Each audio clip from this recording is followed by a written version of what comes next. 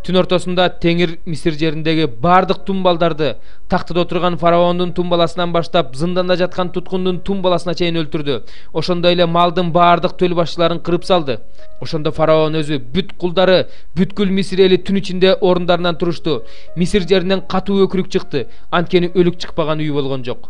Фараон түн ичинде Муса менен Аарунду чакыртып алып, "Тургула, Исраил уулдары, менин элимдин арасынан кеткиле. Өзүңөр айткандай Теңириңерге ибадат кылганы кеткиле.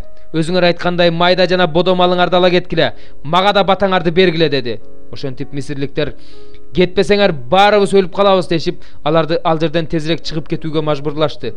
Ошондо Исраил уулдары ачыйлык камырын челеги менен кошо кийимдерине байлап, ийиндерине көтөрүп алып жөнөштү. Исраил уулдары Мусанын айткандай кылып, мисирликтердин алтын күмүш буюмдарын, кийимдерин сурап алышты. Теңир болсо мисирликтердин көз алдында өз элине ырайым кылды. Мисирликтер алардын сураганын беришти. Ошентип алар мисирликтерди тоноп алышты. Исраил уулдары Рамсестен чыгып Суккотко жөнөштү. Балдарды эсептебегенде алардын саны 600 000 жөө эркек эле. Алар менен бирге ар кайсы уруудан көп сандаган адамдар да чыгышты. Алар үйүр болгон майда жана бодо малы менен чыгышты. Мисирден ала чыгышкан ачыйлык камырдан көппөгөн нан жасашты, анткени камыр ачыйлык болчу. Мисирден шашылыш түрдө куулуп чыккандыктан жолго тамак ашта камдай албай калышкан эле. Исраил уулдары Мисирде 430 жыл жашашты. Туура 430 жыл өткөн күнү түн ичинде Теңирдин бүткүл кошууну Мисир жеринен чыкты. Бул түн аларды Мисирден алып чыгыш үчүн уктабай өткөрө турган, Теңирге арналган түн. Бул түндү Исраил уулдары укумдан тукумга сакташы керек.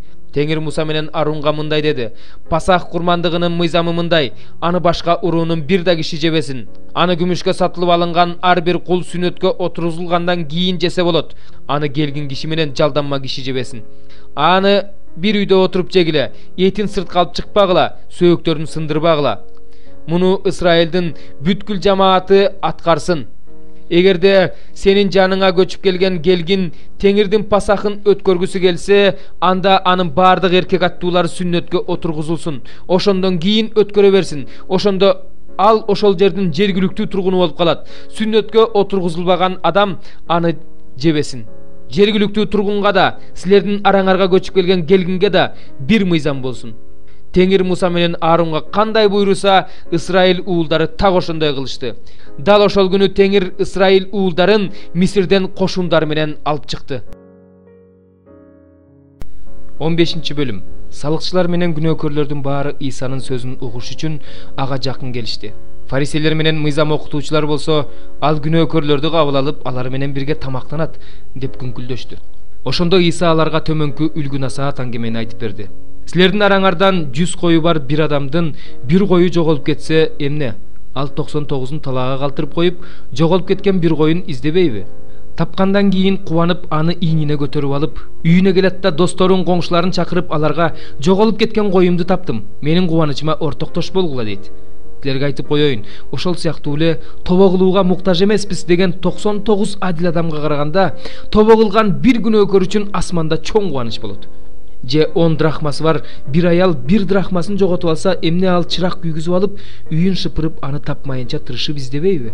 Тапкандан кийин курдаштар менен коңшуларын чакырып, аларга "Мен жоготкон драхмамды таптым, менин кубанычыма ортоктош болгула" дейт. Силерге айтып коеюн, ошол сыяктуу эле бир күнөөкөрдүн тобо кылганы үчүн да Кудайдын периштелери кубанышат. Иса дагы мындай деди: "Бир кишинин 2 уулу бар экен. Алардын кенжеси атасына: 'Ата, менин энчимди бер' дейт. Ошондо атасы балдарына мал мүлкүн бөлүп берет. Көп өтпөй кенже уулу энчисинин баарын алып, алыскы бир өлкөгө жөнөп кетет. Ал жактан ал жаман жолго түшүп, өзүнүн мал мүлкүн ыгы жок ысырап кылат. Баардыгын түгөткөндөн кийин ошол өлкөдө катуу ачарчылык болуп, ал муктаж боло баштайт. Ошондо ал ошол өлкөнүн бир адамына барып, жабышып жалданат. Ал киши аны өзүнүн талаасына жиберип, чочколорун кайтартып коет. Ал чочколор жеген жемиш менен курсагын тойгузганына ыраазы болмок. Бирок ага аны да эч ким бербейт. Ошондо ал акылына келип, атамдын жалчыларынын баары тамакты тойо жешет. Мен болсо бул жерде ачкадан өлгөнү жүрөм. Туруп атамага айтып барайын да: "Ата, мен асмандагы Кудайдын алдында жана сенин алдыңда күнөөгө баттым. Мындан ары сенин уулуңмун деп аталууга татыксызмын. Мени жалчы кылып ал" дейин. Мындан ары сенин уулуңмун деп аталууга татыксызмын. Мени жалчы кылып ал дейин, дейт.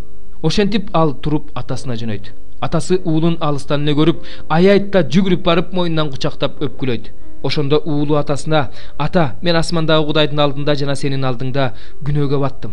Мындан ары сенин уулуңмун деп аталууга татыксызмын", дейт. Атасы болсо кулдарына: "Тезинен эң жакшы кийим алып келип, ага кийгизгиле. Колуна шакек тагып, бутуна бут кийим бергиле. Анан борго байланган торпокту алып келип сойгула. Ичип жеп көңүл ачалы. Анткени менин бул уулум өлгөн эле, тирилди, жоголгон эле, табылды", дейт. Ошентип алар тойлой башташат. Ошол учурда анын тун уулу талаада болот. Ал кайтып келе жатып, үйүнө жакындаганда ырдап бийлегендердин үндөрүн угат. Ошондо ал кулдардын бирин чакырып алып: "Эмне болуп жатат?" деп сурайт. Кул ага: "Сенин иниң келди. Атаң баласын аман эсен көргөн үчүн борго байланган торпокту сойдуртту", дейт. Муну укканда анын ачуусу келип, үйгө киргиси келбейт. Атасы сыртка чыгып аны чакырат. Ошондо ал атасына: "Мен сага ушунча жылдан бери кызмат кылып келе жатам. Эч качан буйругуңду бузган жокмун. Бирок сен мага досторум менен көңүл ачканга бир улак да берген эмессиң. Ал эми өзүнүн мал мүлкүн бузулган аялдар менен ыгы-жок ысырап кылган уулуң келсе, ага бордолгон торпок сойдуң", деп жооп берет. Атасы болсо ага: "Балам, сен ар дайым менин жанымдасың. Менин бардык мал мүлкүм сеники. Бул нерсеге болсо сүйүнүп кубануу керек болчу. Анткени бул иниң өлүгө эле, тирилди, жоголгон эле, табылды", дейт.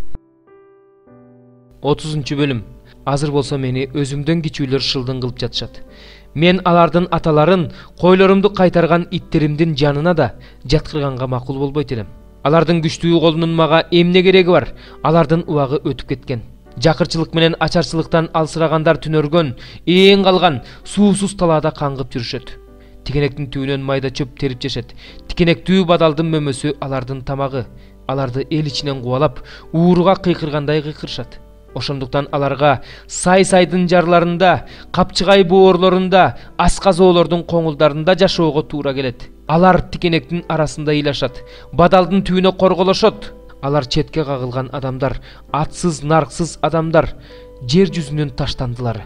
Азыр мен ошолордун ырдар ыры болдум, оозунан түшпөгөн сөзү болдум. Алар мени жек көрүшөт, менден качышат, менин бетиме түкүрүүдөн тартынышпайт. Теңир менин жаамдын жебин үзүп, мени талкалады.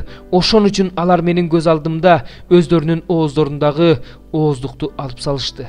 Бул жер жайнаган эл менин оң капталыман чыгып, мени буттан чалып жатат. Өздөрүнүн кыйратуучу жолдорун мени көздөй буруп жатышат.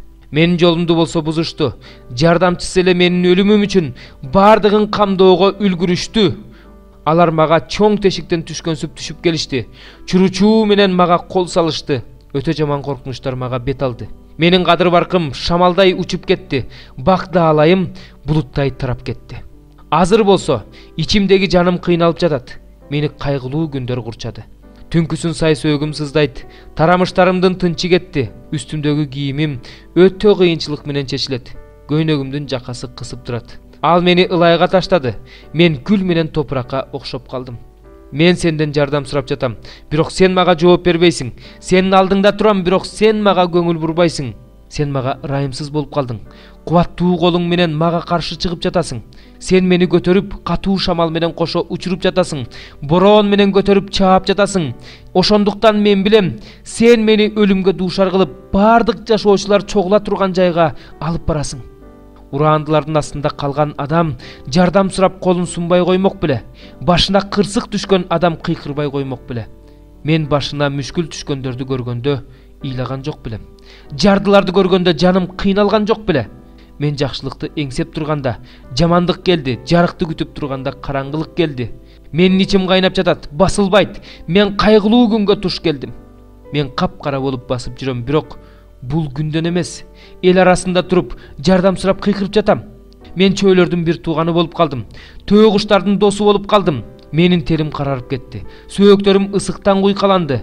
Лирамдын үнү кайгылуу чыгып калды. Сыбызгымдын үнү ыйга окшоп калды. 16-бөлүм. Ыйыктар үчүн чогултулчу жардам жөнүндө айтарым. Галатиядагы жыйындарга берген көрсөтмөмдү колдонгула. Мен барганда чогултуп жүрбөшүңөр үчүн ар жуманын биринчи күнү ар бириңер шартыңарга жараша колуңардан келгенин чогултуп коюп жүргүлө. Барганымда өзүңөр тандаган адамдарды кат менен Иерусалимге жөнөтөм. Алар чогултканыңарды Иерусалимге жеткирип барышат. Эгерде менин да барышым керек болсо, алар мени менен барышат. Адегенде Македонияга барып, андан ары силерге барам. Араңарда бир аз убакыт туруп калат окшойм. Атүгүл кыштап калышым ыктымал. Кийин силер мени бара турган жагыма узатып коерсуңар. Мен силерге тийип эле кетким келген жок. Кудай буйрса силер менен көп убакыт бирге болоюн деген оюм бар. 50-күн майрамына чейин Эфесте болом. Анткени мен үчүн эшик кенен ачылды. Бирок каршылашкандар да көп. Эгерде силерге Тиметей барса, өмүрүнө коркунуч туулбагыдай болсун. Анткени ал да мага окшоп Теңирдин ишин кылып жатат. Аны тоотпой койбогула. Силер аны тынчтык менен узатып койгула. Биз аны бир туугандар болуп күтүп жатабыз. Аполлос бир тууганыбыздан бир туугандар менен бирге силерге баруусун абдан өтүндүм. Бирок ал азыр барууну каалаган жок. Ыңгайы келгенде барат. Сергек болгула, ишенимдерди бек туткула, бекем болгула, кайраттуу болгула. Бардык ишти сүйүү менен кылгыла. Ахая жеринде Теңирге биринчилерден болуп ишенген, өздөрүн ыйыктарга кызмат кылууга арнаган Степандын үй бүлөсүн билесиңер. Бир туугандарым, силерден өтүнөрүм мындай адамдарды сыйлагыла. Силерге жардам көрсөтүп, силер менен чогуу эмгектенген адамдардын баарын сыйлагыла. Степандын, Портунаттын жана Ахаиктин келгенине аябай кубандым. Анткени алар силерди жоктотушкан жок. Алар мени да силерди да тынчтандырып коюшту. Мындай адамдарды сыйлагыла. Асиядагы жыйындар силерге салам айтып жатышат. Теңир жолунда жүргөн Акила менен Прискила да өздөрүнүн үйүндө чогулган жыйын менен бирге силерге ысык салам айтып жатышат. Бардык бир туугандар силерге салам айтып жатышат. Ыйык өбүшүү менен саламдашкыла. Мен Павыл саламымды өз колум менен жаздым. Теңирибиз Иса Машаякты сүйбөгөн адамга анафема, маранафа. Теңирибиз Иса Машаяк силерге ырайымын төгө берсин. Мен баарыңарды Машаяк Исанын сүйүүсү менен сүйөм. Амин.